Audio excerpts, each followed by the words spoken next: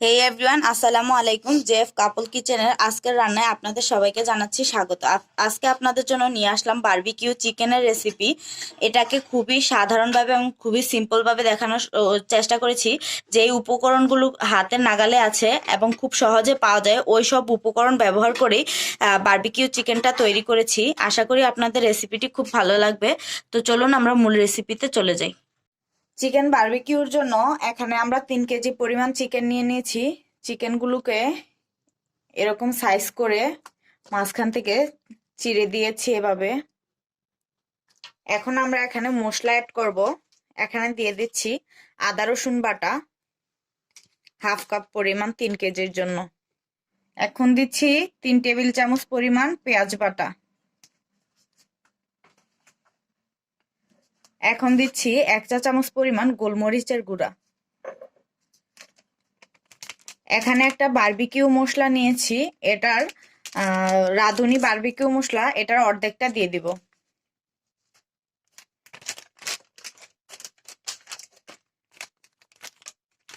এখানে নিয়েছি চিকেন তান্দুরি মশলা, এটাও রাঁধুনির, এটাও 1/2 পরিমাণ দিয়ে দিব।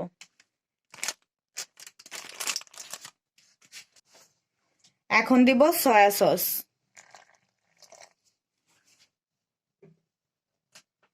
এরপরে দিব টমেটো সস।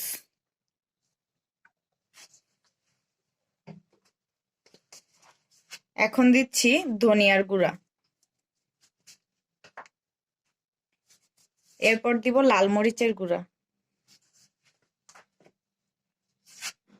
এখানে একটা লেবুর হাফ নিয়ে নিচ্ছি, এটার রসটা দিয়ে দিব। আমাকে আমার ভাই হেল্প করছে।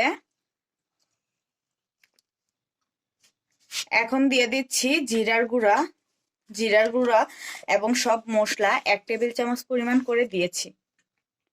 এখানে আপনারা টক দই আর গরম মশলার গুঁড়া ইউজ করতে পারেন, আমার কাছে এটা ছিল না তাই এটাকে আমি বাদ দিলাম। এখন দিয়ে দিচ্ছি স্বাদ মতো লবণ। যেহেতু সব মশলায় লবণ আছে, সয়া সসে লবণ আছে, তাই লবণটা অবশ্যই বুঝে দিবেন। এখন সবগুলো উপকরণ একসাথে মাখিয়ে নিব।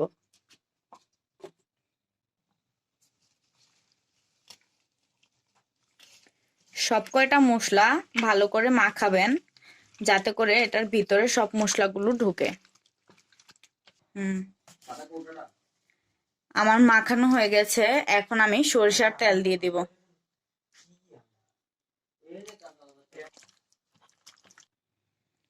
মাখানো হয়ে গেছে, এখন এটাকে আমরা 2 ঘন্টার জন্য রেখে দেব। আমরা 2-2.5 ঘন্টার মতো এটাকে ম্যারিনেট করে রেখেছিলাম। এখন আমরা এটাকে ভাজতে চলে যাব। কয়লাগুলোকে হিট দিয়ে নিয়েছি, এখন এই যে আমরা এর উপরে দিয়ে দিচ্ছি।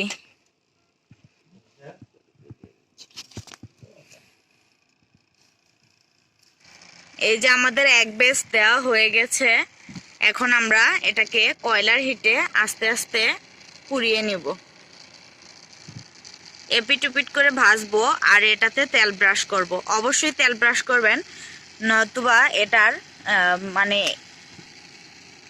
জালিতে লেগে যাবে, তাই অবশ্যই তেল ব্রাশ করবেন। একবার এপিট উপিট করে ভালোভাবে তেল ব্রাশ করে দিবেন, তাহলে এটা ভালো হবে। এখানে আমরা সরিষার তেল নিয়েছি আর একটা ব্রাশ নিয়েছি। সরিষার তেল দিয়ে এটার উপরে আমরা ব্রাশ করব।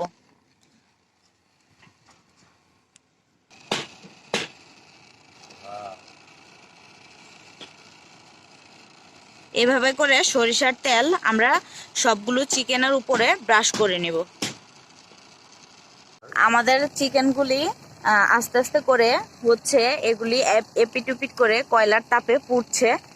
আমরা এই যে উপরে তেল ব্রাশ করে দিচ্ছি।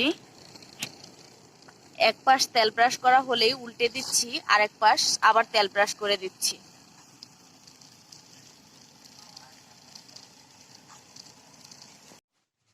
এই তো আমাদের সবগুলো ভাজা হয়ে গেছে বারবিকিউ চিকেন।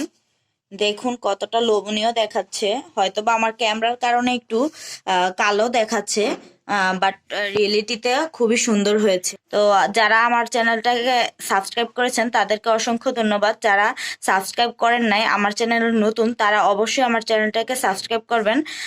সাবস্ক্রাইব করে আমার চ্যানেলের পাশে থাকবেন। আমার ভিডিওটি ভালো লাগলে অবশ্যই লাইক করবেন আর কমেন্ট করে জানাবেন কেমন লেগেছে।